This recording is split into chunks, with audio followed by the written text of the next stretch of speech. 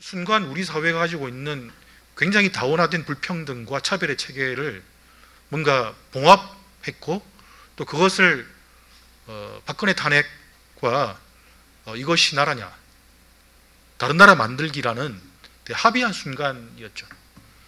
그게 이제 모든 계층의 참가자들한테 주체화를 하게 만들었던 중요한 어떤 계기였는데 과연 그런 것이 어떻게 됐는가 하는 거겠죠.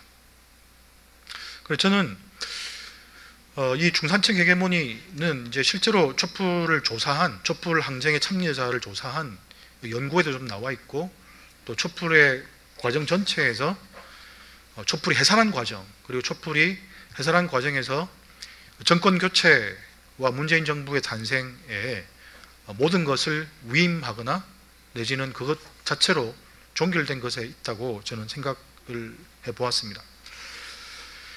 촛불 이후에 그러니까 민주대 반민주의 구도는 지금까지 계속되고 있죠. 그러니까 이를테면 소위 적폐 세력 또는 뭐 토착 왜구라고 지목되는 그런 세력이 여전히 이명박 박근혜뿐만 아니고 그 이전부터의 오래된 한국 사회의 어떤 반민중적인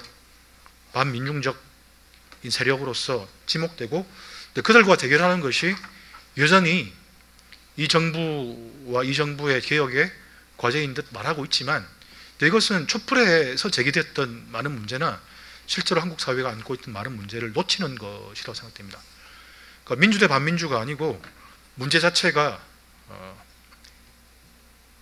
다차원으로 전개되어 있고 단지 노동뿐만 아니고 젠더, 세대, 지역에서의 치명적인 이제는 더 이상 어떻게 해야 될지 잘 모르겠는 그런 상황의 불평등 같은 것에 대해서 이야기하지 않는 또 그것을 가리는 어떤 전선은 불가능한 것이 아닌가. 그러한데 문재인 정부 이후의 정치라는 것이 과연 그런 개혁의 과제를 제대로 안고 있는가 하는 문제가 있고 그 민주주의 한계가 여전히 한국 사회의 불안정성이나 지속 불가능성을 표시하는 것 같습니다. 지난달에 청년의 날 행사 때 문재인 대통령이 촛불혁명의 정신이 여전히 공정을 어떻게 해서라도 우리가 이루어야 될 것을 이야기하고 있다고 말씀하시는 걸 봤어요. 그러니까 문재인 대통령 본인이 제일 어떻게 보면 촛불혁명에 대한 강한 신봉자이고 또 그 촛불혁명 때 표출된 이념이나 요구를 믿고 있는 것 같습니다. 고무적인 일이라고 할 수 있는데 어쨌든 실제 정책과 또 이 정부가 가지고 있는 정책의 한계 그리고 주체성의 한계 같은 것들 때문에 이 4년이 사실은 혁명이란 이런 이후의 시간에 걸맞지 않는 시간으로 되지 않았는가 하는 것이 제 생각입니다.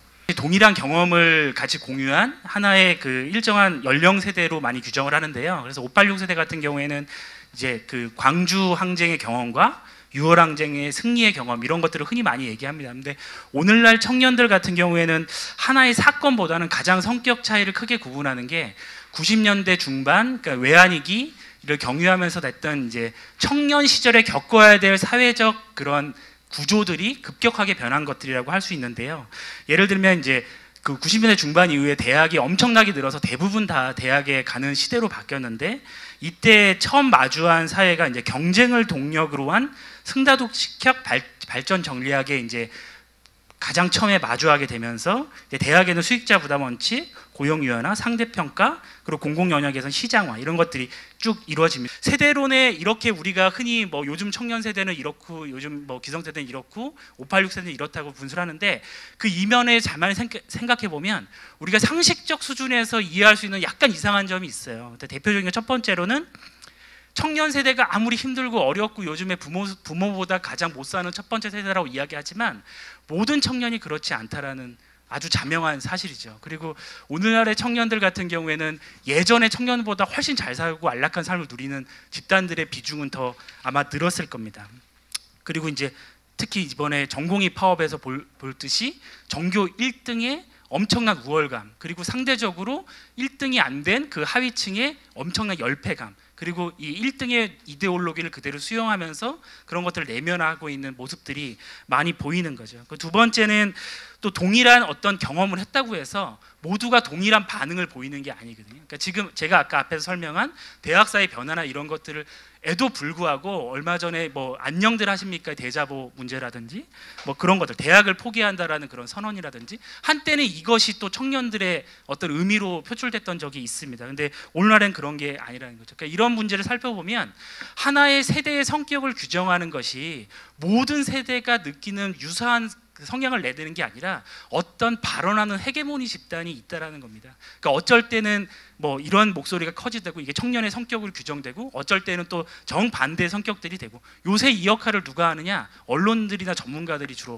하고 있는 것 같습니다. 세대 교체라는 것이 하나의 독립 변수, 그러니까 세대 교체가 돼야 뭐 새로운 시대로 오는 이런 독립 변수일 수도 물론 있겠지만, 지금 우리 사회에서는 이게 세대 교체라는 게 하나의 종속 변수가 아닐까라는 생각을 하는 거죠. 그러니까 요즘 청년들이 586 세대가 주도하고 있는 이 87년 체제를 새롭게 대체할 수 있는 시대적 담론이 나오지 않고서는 단순히 어떤 청년이라는 카테고리 내에서 배려의 대상으로 존재하고 배려의 대상으로서 몇몇 자리를 차지하더라도 이 개인의 성공일 뿐이지 청년 세대의 이제 세력화나 새로운 시대적인 담론이 나올 수 없다라는 생각이 좀 들고요. 그래서 지금은 뭐 나중에 추가적인 뭐 기회가 있으면 말씀드리겠지만, 공론전에 기반한 어떤 대안사회 프로젝트가 필요한 게 아닌가. 그러니까 대안 담론이 없는 게 아니라 이 담론들을 국민화할 수 있는 프로젝트, 그리고 이 프로젝트의 과정에 자연스럽게 세대 교체가 좀 진행되는 것이 아닌가, 이런 생각을 좀 해보게 됐습니다. 문재인 대통령이 이제 청년의 날을 맞이해서 37번의 공정이라고 한 단어를 사용했습니다. 어떤 청년들의 문제가 공정 문제냐, 저는 좀 이런 의문이 좀 들었고요.